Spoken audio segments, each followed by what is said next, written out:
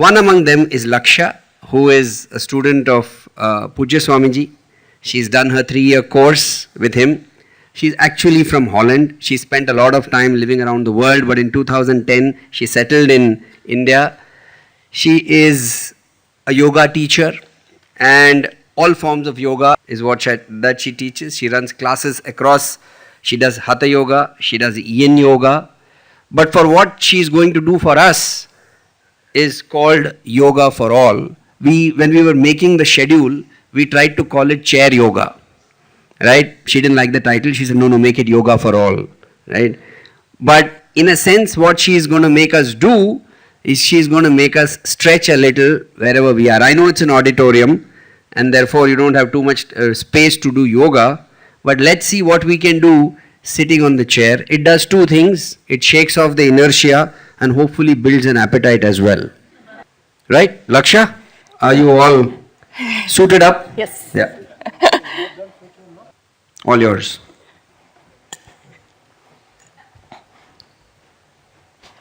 Namaste. So I've been thinking the last couple of days about what I can share with you in this session, and a couple of variables that are going to constrain it. One is that I have 20 minutes. The second is we really don't have space to move. Third is we're about halfway through the second day of this festival, and I'm pretty sure our brains might be a little fried by now. But fourth, and most importantly, is that it's 12:45. And though our bodies might be here, our minds and stomachs might be out there in the lunchbox.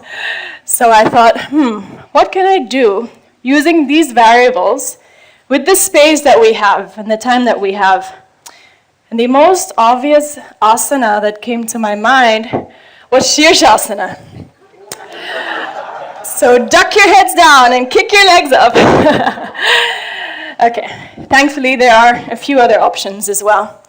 So I will request you all, before we begin, if you can please take off your shoes, if you haven't already.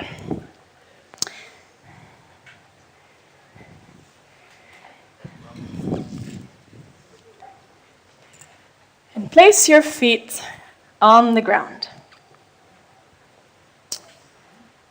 And I'll ask you to close your eyes and allow the body to sit in a still position.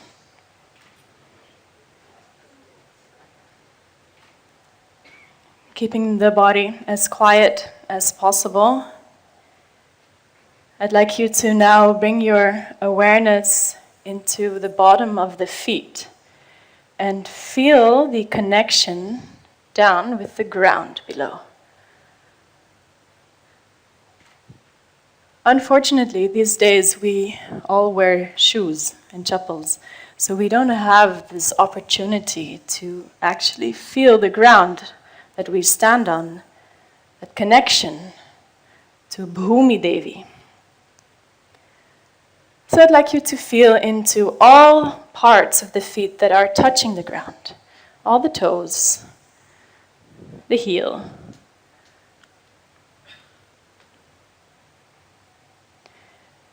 and then become aware of your breath. Without the need to change it, become aware of the breath as it is right now, as a witness. What is it like? Is it slow? Is it fast? Is it shallow? Is it deep? Are you holding your breath?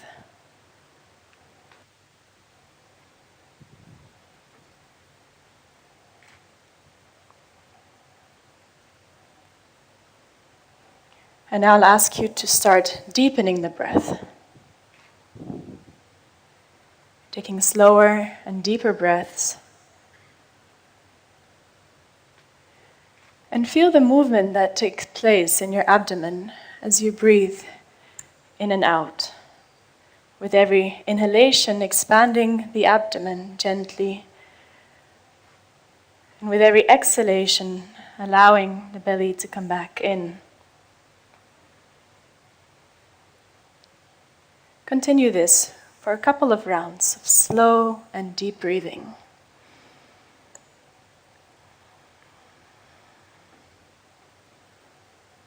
And using each breath as an offering to yourself.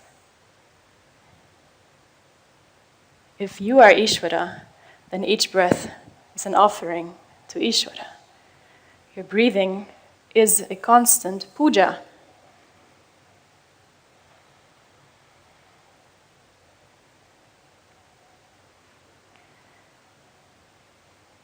And now I'll ask you to observe the state of the mind. Has anything changed in the last minute or so? Has the mind come back from the lunchbox into the body? And see the immediate effects that the breath has on the mind, on the body. The power of the breath.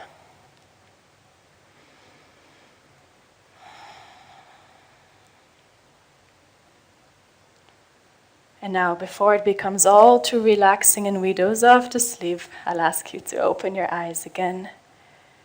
And please stand up.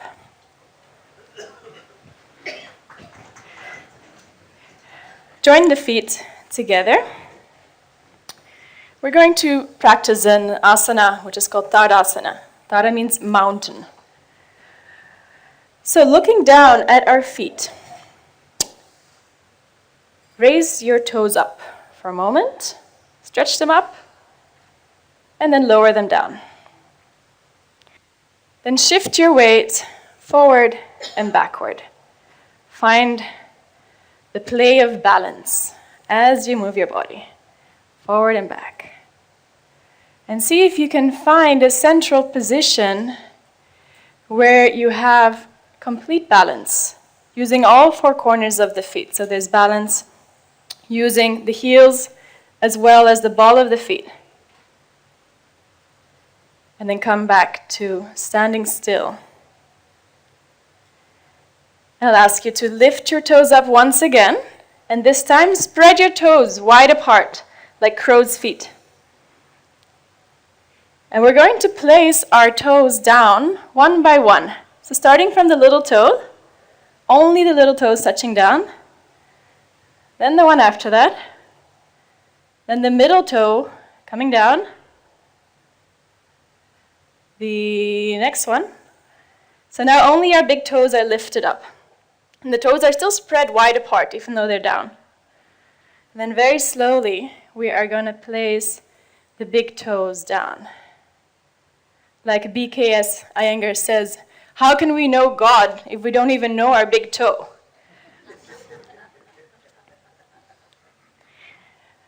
So from here, we're going to go into the legs and start to lift up through the legs. So how do we do that? Lift the kneecaps up.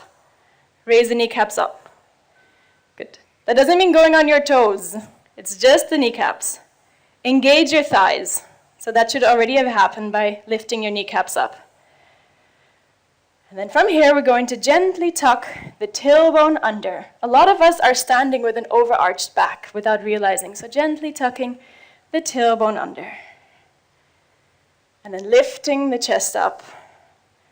You can already see all of you are standing much straighter now. Allow the shoulders to roll back. Stretch the arms down. And now imagine there's a string attached to the top of your head and somebody is pulling you up from above, making you even taller. Beautiful. So this is Tadasana. This looks like a very easy pose, but you've all seen how much refinement goes into it, how much detail there is in just standing straight. And the wonderful part about this asana is that you can really practice it anywhere. Next time you're standing in the queue somewhere, you practice Tadasana, and you can say, yes, I do yoga. I do yoga every day. Now from here, we're going to lift the arms up. So inhale, lift the arms up, stretch up. And exhale, lower the arms down. And we're going to practice this once again, and this time bringing full awareness and mindfulness in the movements. So we inhale and slowly lift the arms up. Observe what all happens when you lift your arms up. Has your back started to arch? Check in with your back. See if you can straighten the back. Are your shoulders crunched up to the ears? If yes, can you lower the shoulders down? Are you still breathing? Are your legs still active? Is the weight still equally balanced? Taking a couple of deep breaths here. With each breath becoming taller and taller.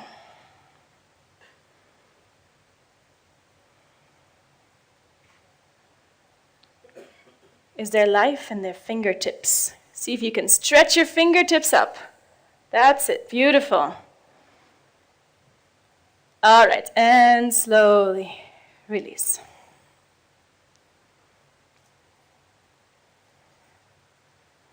So through the practice of yoga, we can learn to bring more mindfulness into our lives because we become more aware of all the sensations that are there in the body. So when you practice this in a class, you can also practice this outside of the class. For example, when you eat your lunch, you're not just eating and chatting away, you're eating and you're really eating it. It's an offering to yourself. When you breathe, you're really breathing, you're noticing the breath, you're nourishing yourself with the breath. And this is really what I want to share with you today. So the next couple of postures, we will bring this in again. So lift your arms up, inhale. And from here, we're going to twist to the right side. So I will be mirroring you. We're going to twist to the right, as far as you can. And in fact, here you can take your feet slightly apart, so you have a little more room in the body to twist. Wonderful. Observe how far you're able to twist. And then come back to center. And now twist to the other side.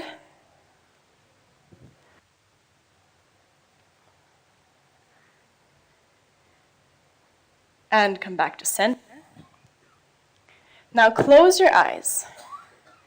Take a deep inhalation. And exhale, twist again to the right side with your eyes closed. Keep on twisting, twisting and twisting, more and more, as much as you can. Twist. Imagine that you are twisting so much that you've come right back to center from the other side.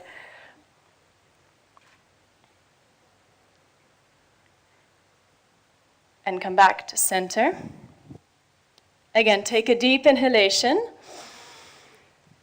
And exhale, turn around to the other side. With the eyes closed, very important. Keep your eyes closed. And be present with all the sensations that you have currently. What do you feel? Where do you feel it? What does it feel like? How does it make you feel?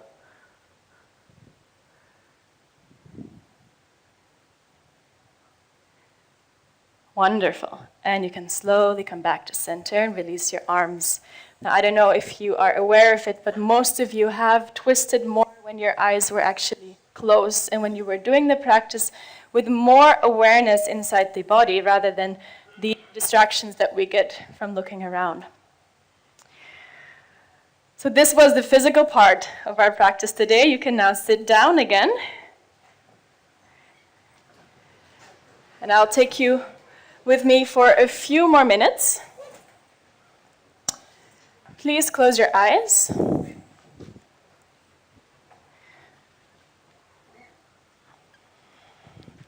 Sit with your spine erect, the feet hip distance apart. The shoulders relaxed. The jaw relaxed.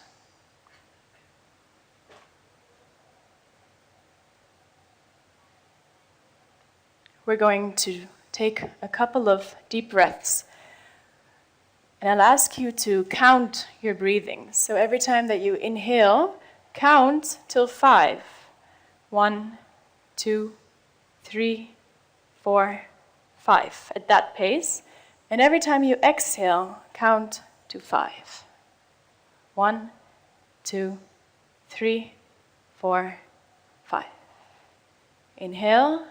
1, 2, 3, 4, 5. Exhale. 1, 2, 3, 4, 5. Continue on your own for a few more rounds.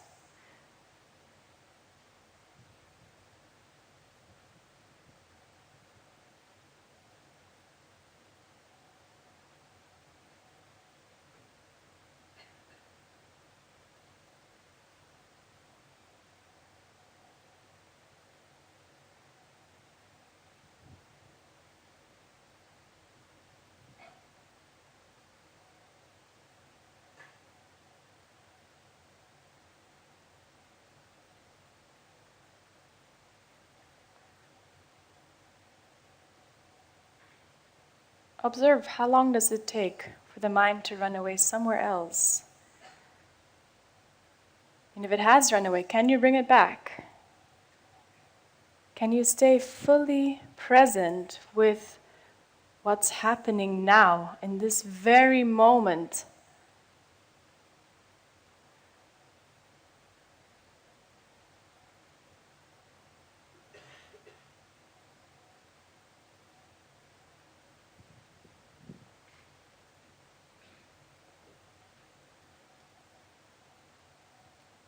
And this is also the time where you can reflect and observe what all emotions and sensations are there in the body.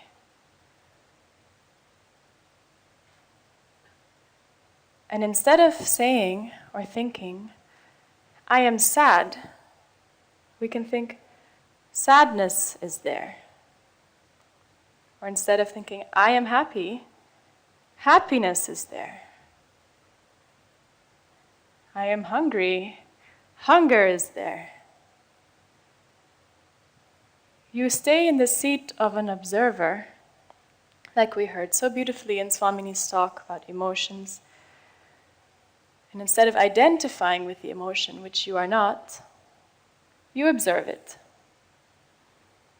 And through the practice of yoga, pranayama, breathing, and meditation, you can help to work through these things. You can help the mind to be more present to whatever it is that comes up. And with that, you are also preparing yourself through the body, through the asanas that we practice, through the mind, for sitting down and listening to the teachings of Vedanta, which requires a lot of presence, patience, understanding.